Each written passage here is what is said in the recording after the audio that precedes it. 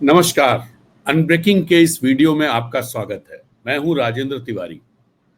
बात करेंगे Israel Iran के बीच चल रहे संघर्ष को लेकर के। अभी जो सबसे इम्पोर्टेंट खबर है वो ये है कि कतर की राजधानी दोहा में अ, या ये कहें कतर में जो यूएस का मिलिट्री बेस है उस पर ईरान ने 6 मिसाइलें छोड़ी हैं। और ये अमेरिकी एयरफोर्स का अड्डा है जिस पर 6 मिसाइलें छोड़ी हैं और ऐसा कहा गया है कि जितने बम अमेरिका ने गिराए थे उतनी मिसाइलें हम उनके अड्डे पर छोड़ रहे हैं।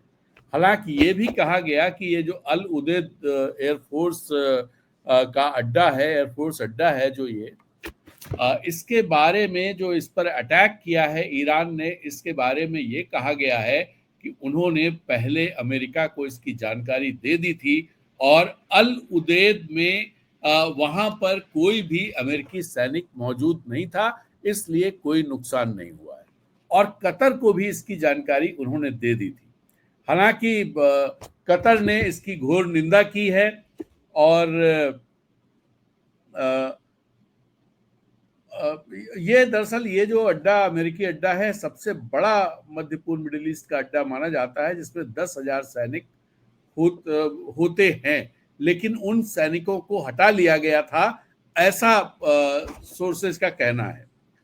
और कतर ने इन सब चीजों को देखते हुए सिक्योरिटी रीजन से अपने हवाई क्षेत्र को बंद कर दिया है और वहां के विदेश मंत्रालय ने कहा है कि यह कदम निवासियों और जो ट्रेवलर्स हैं उनकी सुरक्षा को सुनिश्चित करने के लिए उठाया गया है।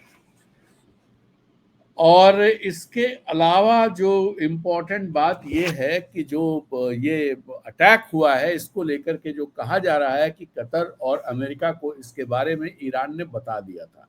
आपको बताएं जब सुलेमानी की हत्या हुई थी इराक में, उस समय भी ईरान ने कुछ अटैक्स किए थे अमेरिकी अड्डों पर और उसके बारे में भी ये कहा जाता है कि ईरान ने उस समय अमेरिका को इसके बारे में इन्फॉर्म कर दिया था।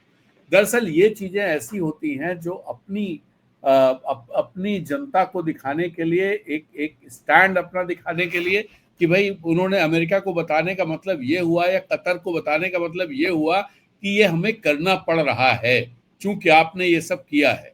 हम करना नहीं चाहते हैं लेकिन करना पड़ रहा है।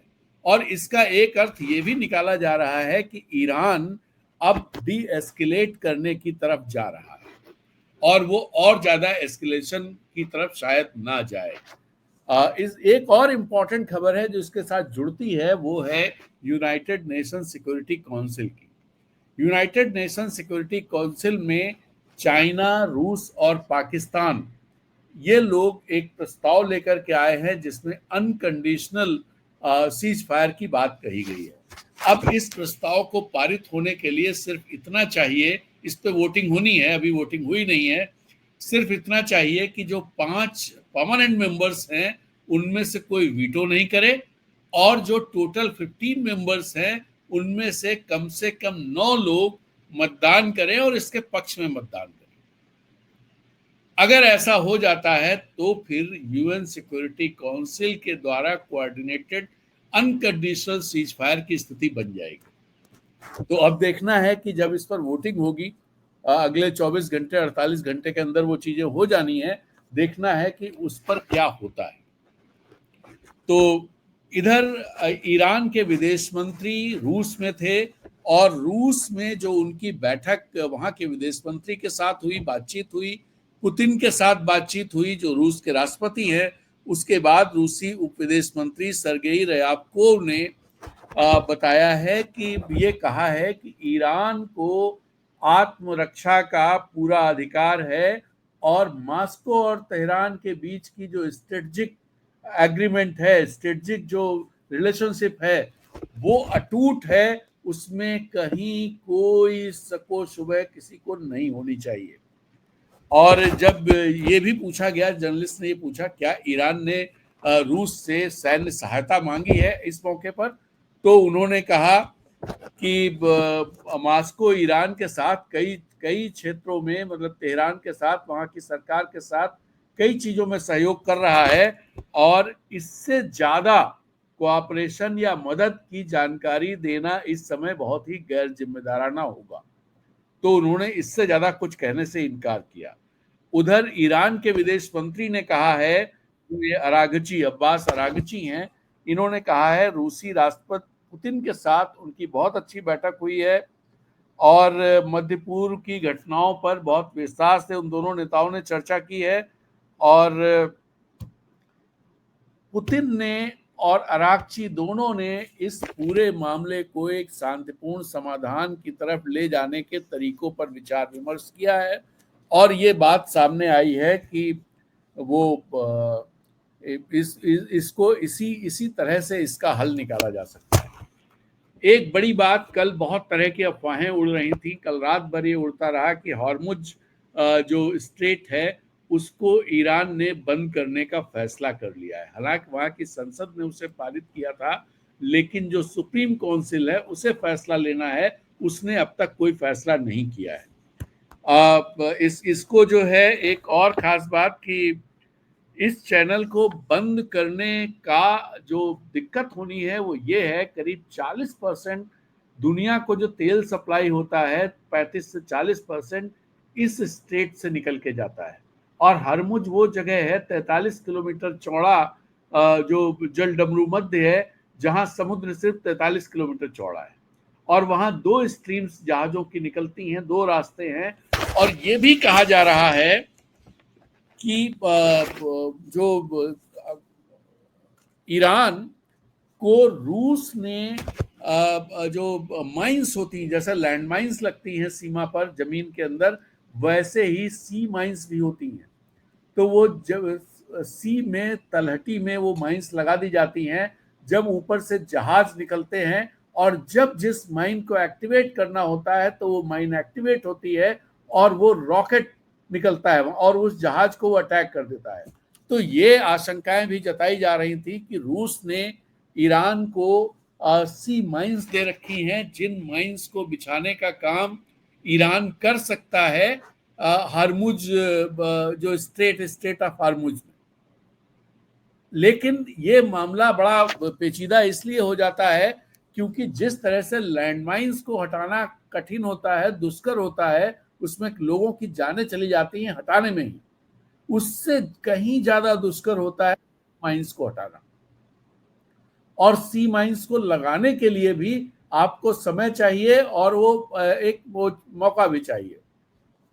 तो ये चर्चा थी, तो मुझे लगा कि चर्चा जब होती है और मीडिया में चर्चा आए तो कहीं ना कहीं कुछ ना कुछ तो होता है। तो ये एक इम्पोर्टेंट जानकारी थी जो मुझे लगा कि बताना चाहिए। और दूसरी बात, इजरायली सेना ने भी आज सुबह तेहरान के लोगों को लगातार कहते रहते हैं कि आप लोग शहर छोड़ दो, आप ऐसा कर दो, आप ऐसा कर दो, इनके जो अड्डे हैं उनसे अलग हो जाओ, उनसे दूर हो जाओ, नहीं तो हमारी जिम्मेदारी नहीं होगी। तो ऐसा कुछ कहा गया, लेकिन तेहरान में जिस तरह का कमिटमेंट लोगों में दिखाई देता है उस पर इस तरह की चीजों का कोई असर ही नहीं पड़ रहा है। इसके अलावा ईरान ने इजराइल के लिए जासूसी करने के संदेह में यूरोप के एक नागरिक को गिरफ्तार किया है।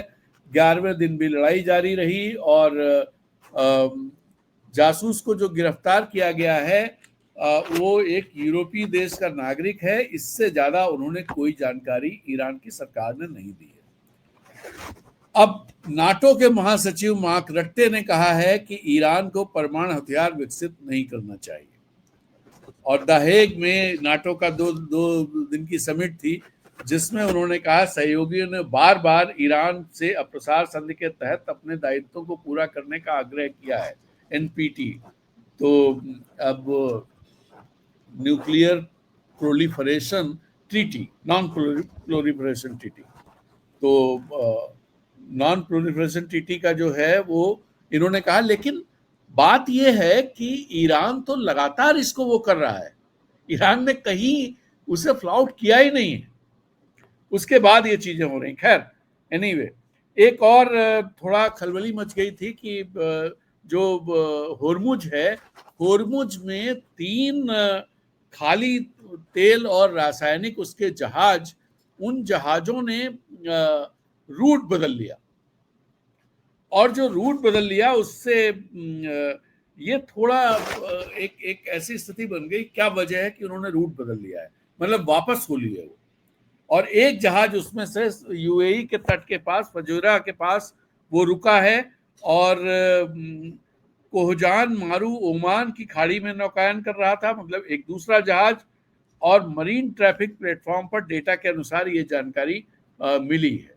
तो ये एक चीज तो ये हुई।